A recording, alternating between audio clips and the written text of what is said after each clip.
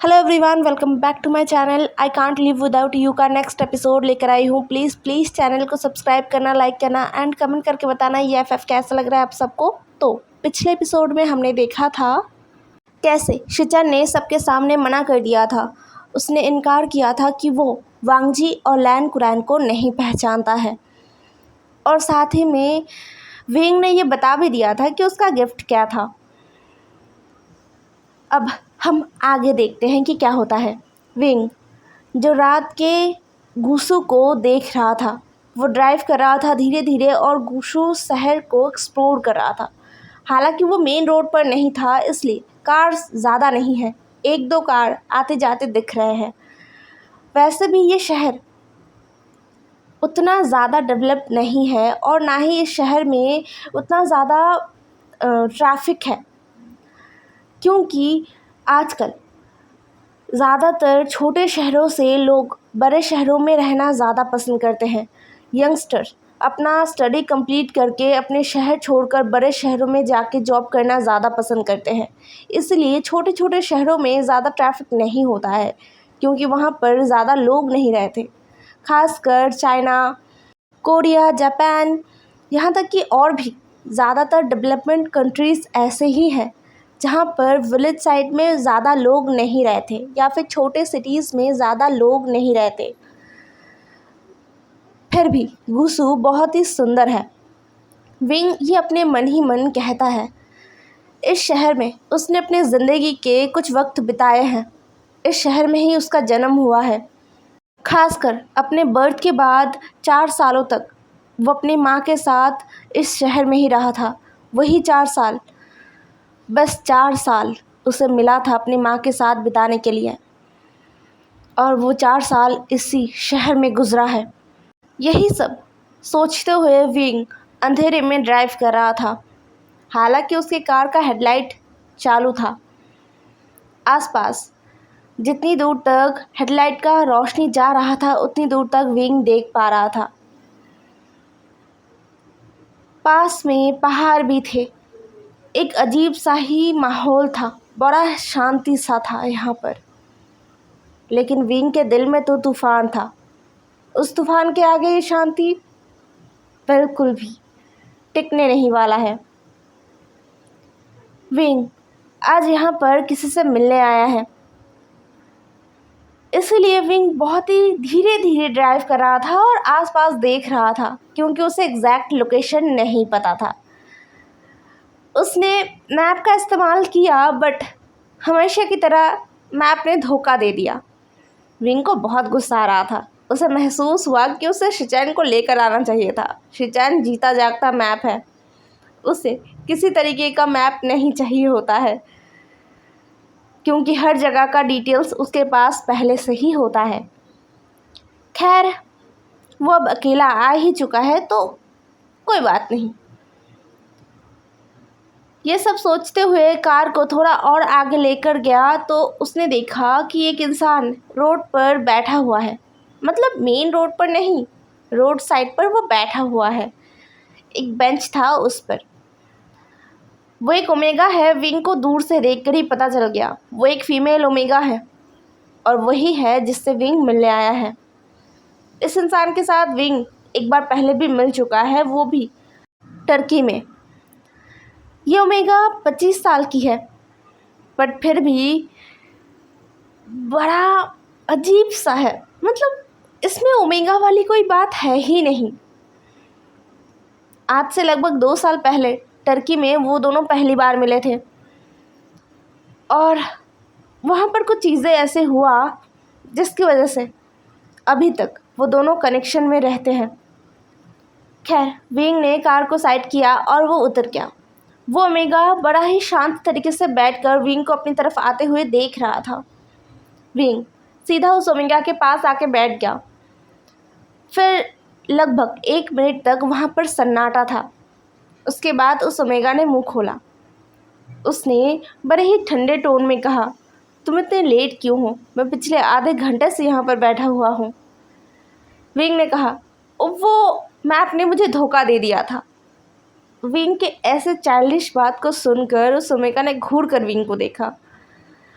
फिर उसने एक गहरी सी ब्रेथ लिया और कहा, ठीक है, तुम्हें जो चाहिए था वो मेरे पास है, ले लो। ये कहते हुए उस ओमेगा ने एक पेन ड्राइव विंग की तरफ बढ़ा दिया। विंग ने उसे लिया और कहा, good work Wenching, very good work. Wenching ने विंग की तरफ अब अपनी नज़रों को घुमा कर देखा। उसके आंखों में बिल्कुल भी जॉय नहीं था और ना ही कोई एक्साइटमेंट था, एकदम ठंडा पड़ा हुआ था। उसी ठंडेपन से उसने कहा, मुझे इस बार कुछ ज़्यादा पैसे चाहिए। विंग ने बड़े ही कैजुअल टोन में कहा, कितने? जितने चाहिए उतना दे दूँगा, क्योंकि तुमने इस बार कुछ ज़्यादा ही खास काम कर दिया। वेंचिंग अपना सर नीचे झुकाती है और कहती है, प्लीज़ वहाँ पर ट्रांसफ़र कर दो मेरे लिए।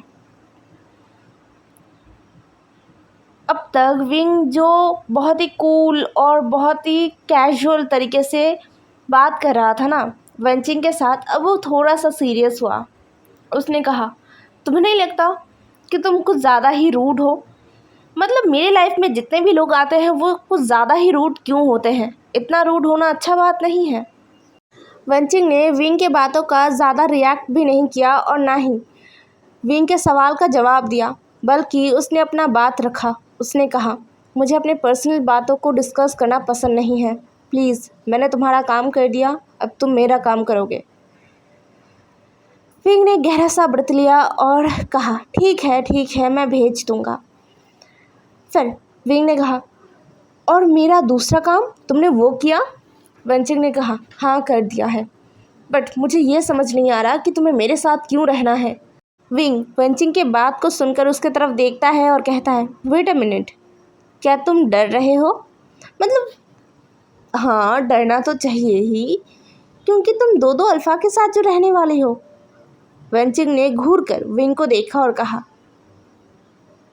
बिल्कुल नहीं, ऐसा कुछ भी नहीं है। हालांकि उसे दिल ही दिल डर लग रहा था। उसे इतना पता था कि ये दो अल्फ़ा उसके साथ कोई गलत हरकत नहीं करेंगे, लेकिन ये बिल्कुल भी अच्छे इंसान नहीं है। ये तो वेंचिंग को बहुत अच्छे से पता था, इसलिए उसे डर लग रहा था। हालांकि वो खुद भी कोई महान इंसान नहीं है और ना ही कोई अच्छाई के रास्ते पर चलने वाली ओमेगा, वो भी बुरे काम ही करती है, लेकिन इतना नहीं, वो हैवान नहीं है और उसके सामने साक्षात हैवान बैठा हुआ है, जो बहुत ही हंसी खुशी रहने वाला, बहुत ही कूल रहने वाला हैवान है। लेकिन जब वो अपनी हैवानियत दिखाने में उतर आता है, तब हर हद पार कर जाता है। उसका जीता जागता सबूत वेंचिंग खुद है। 2 साल पहले का वो नज़ारा वेंचिंग भूल नहीं पाया है और ना ही अपनी ज़िंदगी में कभी भूल पाएगा। वो हर दिन प्रे करता है कि वैसा कुछ उसे कभी ज़िंदगी में ना देखना पड़े दोबारा। और 2 साल बाद उसे लग रहा है कि शायद उससे भी बड़ा कुछ होने वाला है। वेंचिंग चुप थी। तभी विंग ने मजाकिया टोन में कहा, डोंट वरी वेंचिंग, हमारे साथ एक और ओमेगा आके रहने वाली है, तो तुम टेंशन फ्री रह सकती हो। वेंचिंग ने बिना कुछ बोले अपना सर हाँ में हिलाया और बोला, कल सुबह मिलते हैं। ये कहते हुए वेंचिंग उठकर खड़ी हुई और वहाँ से थोड़ी दूर चली गई। फिर उसने अपनी बाइक पर बैठकर उसे स्टार्ट किया। विंग वहीं पर बैठा हुआ था। वेंचिंग अपना बाइक स्टार्ट करके वहाँ से निकल गई और विंग अपनी जगह पर बैठा रहा। अब हमें यहाँ से सीन शिफ्ट होके दोनों लैंस को दिखाए जाते हैं, मतलब लैन कुरैन और वांग जी जो रो रहा था और कह रहा था, अंकल मुझे पता है वो ब्रदर है, वो हमें पहचान क्यों नहीं पा रहे हैं? ब्रदर ऐसा कैसे कर सकते हैं? अंकल प्लीज़ बताइए ना, आपको भी ऐसा लगता है ना कि वो ब्रदर है? लैन कुरैन वांग जी के सर पर हाथ फेर रहे थे और कह रहे थे, वांग जी शांत हो जाओ। अगर वो शिचैन है भी तो भी मुझे लगता है अब हमें उससे दूर रहना चाहिए। वो हमारा शिचैन नहीं रहा, और अगर नहीं है तो भी हमें उससे दूर रहना चाहिए। आज जो हुआ और शिचैन ने जो किया, वो उसमें बहुत ज़्यादा ही क्रूरलिटी था। अगर वो हमारा शिचान होता तो शायद उसका हाथ कांपता। मुझे नहीं लगता वांग जी कि वो शिचान है। तो भूल जाओ, वो शिचान नहीं है। शिचान जितना भी पत्थर दिल क्यों ना हो, वो तुम पर बंदूक नहीं तान सकता। जब उसने तुम पर बंदूक ताना तो उसकी आंखों में बिल्कुल भी डर नहीं था और ना ही तुम्हारे लिए प्यार था। उसकी आंखों में तुम्हें खोने का खौफ नहीं था, गुस्सा था। वो शिचान नहीं है वांग जी, बस शिचान की तरह दिखता है। वांग जी जो मानने के लिए तैयार नहीं था। हालांकि उसके अंकल को भी ये लगता है कि वो उसका बड़ा नेफ्यू है, वो शिचान ही है, लेकिन वो वांग जी को ये मनवाना चाहते हैं कि वो उसका भाई नहीं है। आज जो हुआ है उससे उन्हें इतना तो पता चल गया है कि वो जो भी हो, शिचान हो या कुछ और, उससे दूरी बनाना ही सही रहेगा। जब से वांग जी घर आया है तब से ही रोए जा रहा है। अभी तो मिडनाइट होने को आया है, अभी भी वांग जी का रोना बंद नहीं हुआ था। लैन कुरैन वांग जी को बहुत मुश्किलों से संभाल रहे थे। उसके कुछ ही देर बाद वांग जी रोते हुए सो गया। फिर लैन कुरैन वांग जी को अच्छे से देखते हैं। उनका नेफ्यू बहुत बड़ा हो चुका है, लेकिन फिर भी अभी भी वांग जी बच्चा ही है उनके आंखों के सामने। उन्हें बहुत दर्द हो रहा था वांग जी को इस पेन में देखकर। उन्हें भी पेन हो रहा था, लेकिन शायद वांग जी जितना नहीं। ये सोचकर वो वांग जी के चेहरे को एक बार सहलाते हैं और फिर उठकर अपने कमरे में आ जाते हैं। उन्हें आज रात नींद नहीं आएगा, इसलिए वो अपने भाई, अपने फैमिली सबको याद करते हुए बस बिस्तर पर बैठे रहे चुपचाप। नेक्स्ट मॉर्निंग लैन कुरैन और वांग जी थोड़ा लेट ही उठे थे। लैन कुरैन सुबह के वक्त ही सोए थे, इसलिए वो थोड़ा लेट उठे और वांग जी जो रोते हुए बहुत ही ज़्यादा थक गया था, इसलिए शायद उसे थोड़ा ज़्यादा नींद आया। वैसे भी मिडनाइट के बाद ही वो सोया था, तो बड़ा ही ऑब्वियस सा है कि वो लेट उठेगा। लैन कुरैन और वांग जी उठे क्योंकि बाहर शोर सुनाई दे रहा था बहुत ज़्यादा। वांग जी अपने खिड़की के पास आके खड़ा हुआ और अपने आँखों को मसलते हुए बाहर देखा, तो उसने देखा कि बाहर बहुत सारी कार्स हैं। वांग जी को कुछ समझ नहीं आया, लेकिन दूसरे ही पल उसे एक जाना पहचाना चेहरा दिखा। वांग जी जिसके मुंह से अपने आप निकल गया गगा, और फिर वांग जी अपने कमरे से निकल आया। लैन कुरैन भी अपने कमरे से निकल आए थे। वो गार्डन में खड़े थे और सामने का नज़ारा देख रहे थे। वांग जी अपने अंकल के पास आके खड़ा हुआ। उसका हार्ट बीट बहुत ज़्यादा तेज़ हो गया था अपने ब्रदर को देखकर, शिचान को देखकर, लेकिन शिचान वो एकदम शांत भाव में खड़ा था। वांग जी के घर के सामने रोड के दूसरी तरफ एकदम पूरा आमने सामने जो घर है वो बहुत दिनों से खाली पड़ा हुआ था। आज उस घर में लोग आए हैं। ये घर जिसका है उसे लैन कुरैन पहचानते हैं, इसलिए वो बहुत ही हैरान है। उन्होंने हैरानी से सामने जाते हुए कहा, वैनचिंग तुम यहाँ पर? मुझे लगा था तुम चाइना में नहीं हो। वैनचिंग पीछे मुड़ा और कहा, हेलो अंकल, मैं चाइना में नहीं था, बट अब मैं आ गया हूँ घर। लैन कुरैन शिचान को देखते हुए बस ओह कहते हैं। वांग जी तो शिचान को देखे ही जा रहा था। यहाँ पर बहुत दिन से कोई नहीं रहा था, इसलिए कुछ नए फर्नीचर लाए गए थे और साथ में घर को साफ़ सुथरा किया जा रहा था, इसलिए लोग हैं।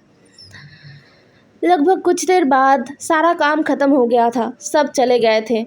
शिचान अभी भी अपनी कार को बाहर, उस घर के बाहर पार्क करके उससे टेक लगाकर खड़ा था और अपने फ़ोन में कुछ कर रहा था। वैनचिंग घर के अंदर चली गई थी, लेकिन वो कुछ देर बाद वापस भी आई और शिचान से कुछ बात किया। इन पूरे वक्त लैंस वहीं पर खड़े थे। लैन वांग जी तो अपने भाई से नज़रें हटा नहीं पा रहा था। वो अपने भाई को बेबस नज़रों से बस देखे जा रहा था, लेकिन शिचान एक भी बार अपने आँखों को उठाकर उस तरफ नहीं देखा था। तभी एक कार के हॉर्न ने सबका ध्यान अपनी तरफ खींच लिया था। वो कार शिचैन के कार के पास आके ही खड़ा हुआ था और सभी उस कार की तरफ देख रहे थे। उस कार से विंग निकला। विंग जो पूरा शायद ड्रंक था। सुबह सुबह वो चल भी नहीं पा रहा था। वो कार से उतरा और अपने हाथों को हवा में उठा दिया, अंगड़ाई लिया और अपने आलस को बाहर निकाला। फिर अपने लड़खड़ाते हुए कदमों से आगे बढ़ा।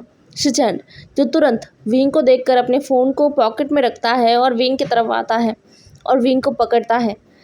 विंग शिचैन से अपना हाथ छुड़ाता है और कहता है, डैनियल क्या कर रहे हो, छोड़ो मुझे, ओह मैं बहुत थका हुआ हूँ। ये कहते हुए विंग वेंचिंग के गले पर अपना हाथ रखता है और कहता है, हे स्वीटी चलो मुझे सोना है। तुमने घर तो रेडी कर लिया है ना। वेंचिंग ने कुछ कहा नहीं, बस वो विंग को लेकर वहाँ से चली गई। शिचैन विंग के कार को पार्क करता है और अब वो भी घर के अंदर चला जाता है। वांग जी और लैन कुरैन को समझ आता है कि शिचैन या फिर डैनियल ये यहाँ पर क्यों खड़ा था अब तक। इसका मास्टर बाहर था इसलिए। साथ में लैन कुरैन को बहुत गुस्सा आता है ये सोचकर कि ये एक फैमिली एरिया है, मतलब यहाँ पर सारे फैमिलीज़ रहते हैं और यहाँ पर जितने भी लोग रहते हैं ना, ये थोड़े बहुत मिडिल क्लास से ऊपर के लोग हैं। खासकर गुसू जैसे शहर में इन लोगों को अमीर कहा जाता है। ऐसी जगह पर एक ओमेगा दो अल्फ़ा के साथ क्या कर रहा है। इसके साथ कोई रिश्ता भी नहीं है, ये लैन कुरैन को अच्छे से पता है। इसलिए लैन कुरैन को गुस्सा आ रहा था थोड़ा। बट वांग जी वो अभी भी उस घर को देख रहा था। लैन कुरैन ने वांग जी को कहा, वांग जी अंदर चलो। वांग जी जो चुपचाप अब अंदर आ गया। उस दिन पूरा दिन उस घर से कोई भी नहीं निकला था। शाम के टाइम वेंचिंग निकला था। विंग और डैनियल पूरा दिन ही नहीं निकले थे। विंग जो पूरा दिन सो रहा था और डैनियल अपने काम में बिजी था। उस दिन वांग जी ने खुद को थोड़ा सा संभाल लिया था और उसने अपने आप को ये भी समझाया था कि वो इंसान उसका भाई नहीं है। उसे खुद को मजबूत करना होगा, अपने इरादे पर टिके रहना होगा। खुद को इमोशनल करना मतलब बेवकूफ़ी है, इसलिए उसने आपको संभाल लिया। लेकिन अगले मॉर्निंग उसका मूड बहुत ही ज़्यादा ख़राब हो गया, साथ में गुस्से भी भर गया था वो। अगले सुबह डेली की तरह वांग जी जल्दी उठा था और वो अपनी मॉर्निंग एक्सरसाइज करने के लिए बाहर आया गार्डन में। तभी उसने अपने सामने वाले घर में हलचल देखा। कल तक वो घर एकदम खाली था, एकदम खाली। बरसों से, कई सालों से, लगभग 5-6 सालों से उस घर को उसने खाली ही देखा था। और उससे पहले भी बस 2-3 लोग रहते थे, वो भी बहुत अलग से, मतलब वो किसी से बात नहीं करते थे, किसी के साथ नहीं चलते थे और ज़्यादा घर से निकलते भी नहीं थे और ज़्यादातर वो घर पर रहते भी नहीं थे। पूरे मोहल्ले में सभी उन लोगों से दूरी बनाकर रहना ही पसंद करते थे। हालांकि वो किसी से लड़ाई झगड़ा नहीं करते थे, लेकिन होता है ना कि कुछ लोग लोगों से दूरी बनाना पसंद करते हैं और उन लोगों से जो नॉर्मल लोग हैं वो भी दूरी बनाना पसंद करते हैं, वैसा ही कुछ था। लेकिन अभी एकदम पलट गया था। उस घर में शोर शराबा हो रहा था, बहुत सारे लोग थे। हाँ, वेंचिंग, शिचैन और विंग तो थे ही, साथ में 3 सर्वेंट्स भी थे, जिनमें से 2 मिड एज की ओमेगास थी, फीमेल ओमेगास, जिनका उम्र यही 40 से 50 के बीच में था। वो सर्वेंट के ड्रेस पहन के इधर उधर घूम रहे थे और अपना काम कर रहे थे। सबसे अनोइंग बात, उस घर के गार्डन में विंग हाफ नेकेड खड़ा था और वो एक्सरसाइज कर रहा था। उसका बॉडी इतना ज़्यादा शाइन कर रहा था कि वांग जी को पता नहीं क्यों एक पल के लिए उसका सांस अटक गया और दूसरे ही पल उसे बहुत ज़्यादा गुस्सा आया अपने आप पर और विंग पर, इस अल्फ़ा पर। उसने अपना दांत पीसते हुए बड़बड़ाते हुए कहा, शेमलेस। ये कहते हुए वांग जी ने अपनी नज़रों को घुरा लिया था। लेकिन वांग जी को अजीब भी लगा क्योंकि उसके पास शिचन नहीं, वो डैनियल, वो भी तो हाफ नेकेड होके एक्सरसाइज कर रहा था। उसका भी बॉडी बहुत ज़्यादा ही अच्छा है, लेकिन उसे देखकर वांग जी को कुछ फील नहीं हुआ, कुछ भी नहीं। खैर, वांग जी को अब यहाँ नहीं रहना, बिल्कुल भी नहीं। उसे बहुत गुस्सा आ रहा है। अपने आप में बड़बड़ाते हुए वो घर की तरफ बढ़ ही रहा था, तभी उसने जियांग चंग का आवाज़ सुना जो चिल्ला रहा था और कह रहा था, वांग जी। जियांग चंग की आवाज़ को सुनकर वांग जी ने पीछे मुड़ा और देखा कि जियांग चंग साइकिल पर आ रहा है।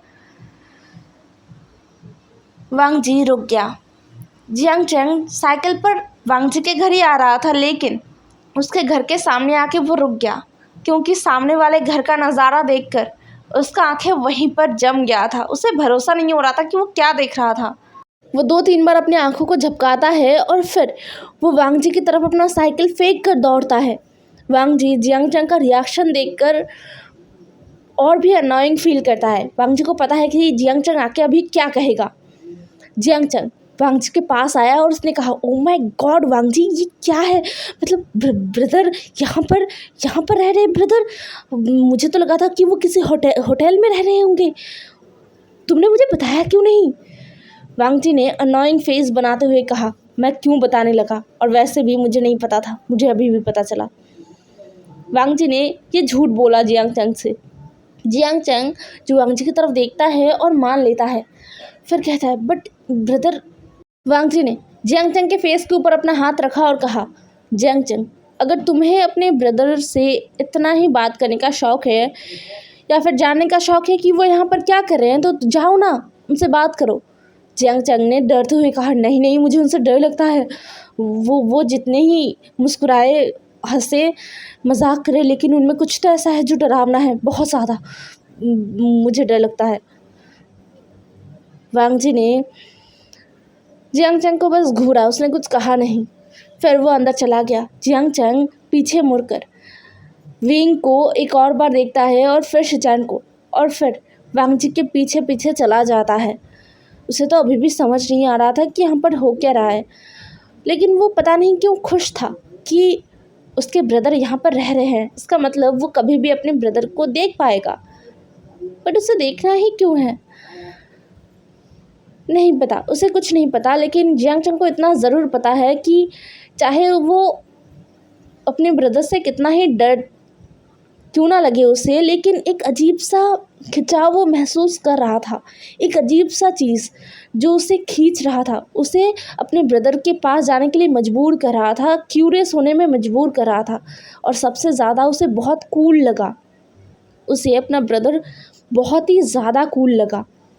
हे एवरीवन, आज का एपिसोड यहीं पर ख़त्म होता है। नेक्स्ट एपिसोड में मिलते हैं। ज़रूर बताना आज का एपिसोड कैसा लगा आप सबको। Bye bye.